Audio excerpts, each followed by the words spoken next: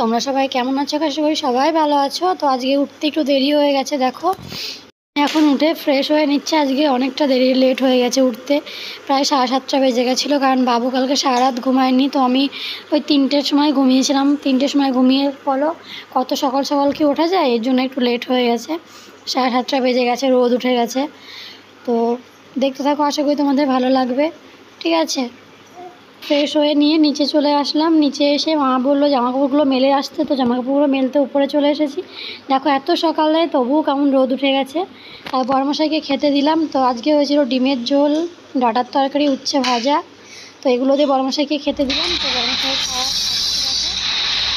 খেয়ে নিই, তারপর আমি আবার স্নান ধান করে উপরে চলে এসেছি।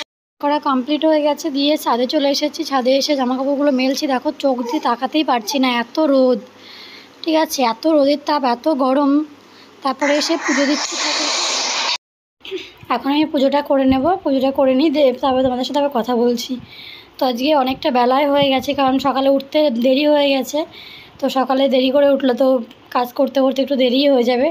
তো আমি এখন ঠাকুরকে জল দিয়ে নিচ্ছি, জল দিয়ে নিই, তারপর তোমাদের সাথে আবার কথা বলছি। দেখতে থাকো, আশা করি তোমাদের ভালো লাগবে। ঠিক আছে।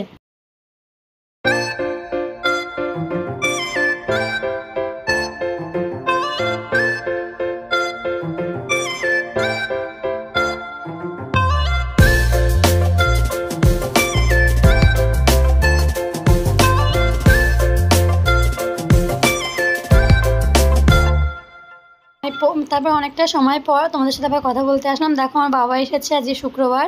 বাবুর সাথে কীরকম গল্প করছে। তো বাবুকে দেখো আমার বড়মশাই কি সুন্দর গান করছে, আর আমি ক্যামেরা বন্দি করে নিয়েছি।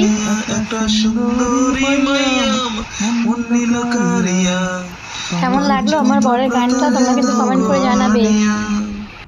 একটা রাত হয়ে গেছে, আমার বর আমার বাবুকে ঘুম পাড়াচ্ছে। ঠিক আছে, ও ঘুমোতেই চাইছেন না। দেখো ও বাবা এখন ঘুম পাড়াচ্ছে। তো গুড নাইট ফ্রেন্ড, তোমরা সবাই ভালো থাকো। আমার ব্লগটা এখানেই। আমার বরমশাই দেখো বাবুকে ঘুম পাড়িয়ে দিয়েছে। তো আজকে আমার একটু কষ্টটা কম হলো, কারণ রোজ আমিই ঘুম পাড়াই, খুব কষ্ট হয়ে যায় জানো তো। এখন বড় হচ্ছে, খুব দুষ্টু হচ্ছে। তো আমি আমার ব্লগটা এখানেই শেষ করছি। তো তোমরা সবাই ভালো থেকো। Good night friend. আমার চ্যানেলটা যদি তোমাদের ভালো লাগে আর আমার ভিডিওটা যদি ভালো লাগে, সাবস্ক্রাইব করে দিও। থ্যাংক